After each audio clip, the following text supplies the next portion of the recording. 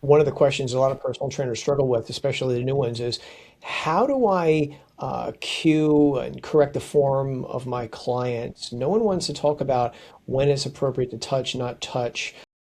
What are your thoughts on that? So particularly what I learned when I was working at Towson University as a strength and conditioning intern, we're working with athletes from various sports, whether that be basketball, softball, track and field, swim, and the things that they go through. And they teach you one thing, a rule of thumb that I was taught is you always ask for some type of consent first. It's always important to demonstrate the exercises before you go into it. If I'm telling you how to do a bench press, I'm going through that before I just tell you to hop on this exercise. Like my hands are here, my feet are planted, my back is into the mat and things like that. And as they're doing things, you kind of ask first, like, hey, I'm going to step in here. Are you okay with that? Hey, I'm going to spot you really quick, especially when we're doing heavier loads and things like that, because sometimes we would have to do that. We didn't always have female strength and conditioning interns as well, or we will have the other athletes do it as well. We're always communicating in feedback. Are you okay with that? Do you mind if I spot you?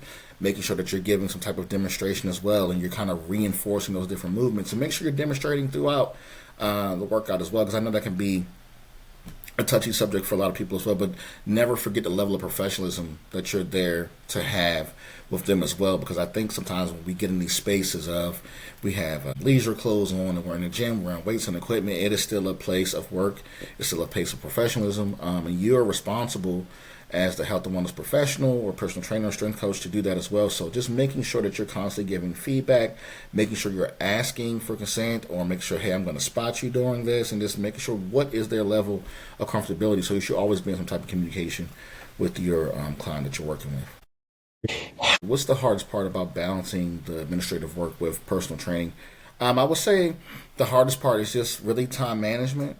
That's why I say I write everything down. You know, you have every Sunday I go through and write down my personal household tasks, whether I got to go to the grocery store or take my car to the shop versus in the personal training world, you're trying to make sure you're trying to record the clients you have for that week because you can get caught up, you know, from 2 to 3 o'clock to 4 o'clock, cancellations, things like that. So I would definitely say using your different tools that you have, even, you know, using a simple Google Doc, using, I believe the app I use is Cozy, set reminders in your calendar. One thing I did learn as I, you know, studied on different coaches, set that task of a client as if you were setting that time of, I have to go to the barbershop or a doctor's appointment or something like that.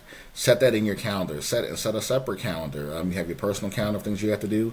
And set a calendar of the clients that you have to do because you have to work around that in between and also do things for yourself as well because you may want to have lunch at 1 o'clock, but then you forgot that you had a client. So make sure you're constantly you know, writing things down, putting things in your calendar, putting things in your app, and making sure you're reviewing it every now and again because things, you know, always change, and it's important to always have that recorder somewhere, whether it's on your phone, your computer, or whatever platform or device that you use.